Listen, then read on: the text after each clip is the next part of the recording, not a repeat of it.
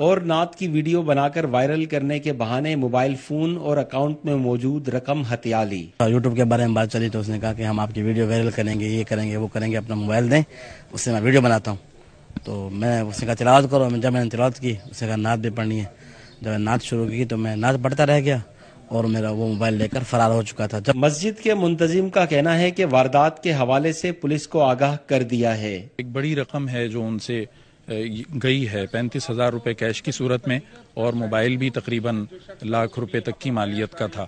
تو ان کا یہ نقصان جو ہے، یہ ہمارا مطالبہ ہے حکومت سے کہ اس شخص کو پکڑا جائے۔ پولیس اور دیگر اداروں نے ٹیکنیکل سپورٹ سے ملزم کی تلاش شروع کر دی ہے۔ نابینا مؤذن کے اعتماد کو ٹھیس پہنچا کر جرم کرنے والے شخص کے خلاف ہر حلقے میں شدید غم و غصہ پایا جاتا ہے۔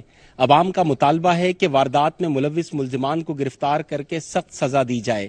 کیمرامین اماد ریاض کے ساتھ افضل خان، ARY نیوز، کراچی۔ کراچی کے علاقے لائنز ایریا میں بجلی کی عدم فراہمی پر لوگوں کا احتجاج کی وجہ سے جٹ لین میں ٹریفک کی آمد و رفت معطل۔ مزید جانتے ہیں اپنے نمائندے سلمان لودھی سے۔ سلمان، بتائیے گا اس بارے میں۔ دیکھیں، شہر قائد کے مختلف علاقوں میں 12 سے 16 گھنٹے تک لوڈ شیڈنگ کے خلاف مکین سراپا احتجاج ہیں۔ لائنز ایریا جٹ لائن کے مکین ہیں جنہوں نے شارہ پر احتجاج کی دھرنا دے کر بیٹھ گئے ہیں۔ 1 گھنٹے سے بدترین ٹریفک جام کی صورتحال دیکھنے میں آ رہی ہے۔ مظاہرین کا دعویٰ ہے کہ 12 سے 16 گھنٹے کی لوڈ شیڈنگ کی وجہ سے علاقے میں پانی کا بھی بحران پیدا ہو چکا ہے۔ اس وقت پولیس مظاہرین سے مذاکرات کے لیے پہنچی، لیکن مظاہرین کا یہی کہنا ہے کہ جب تک لوڈ شیڈنگ کا سلسلہ ختم نہیں کیا جاتا وہ احتجاج کا سلسلہ جاری ہے۔ ٹھیک ہے، شہری پریشان ہیں، سراپا احتجاج ہے۔ اپڈیٹ کر رہے تھے آپ سلمان، شکریہ۔ خبریں اور بھی ہیں لیکن یہاں وقت ہوا ہے ایک بریک کا۔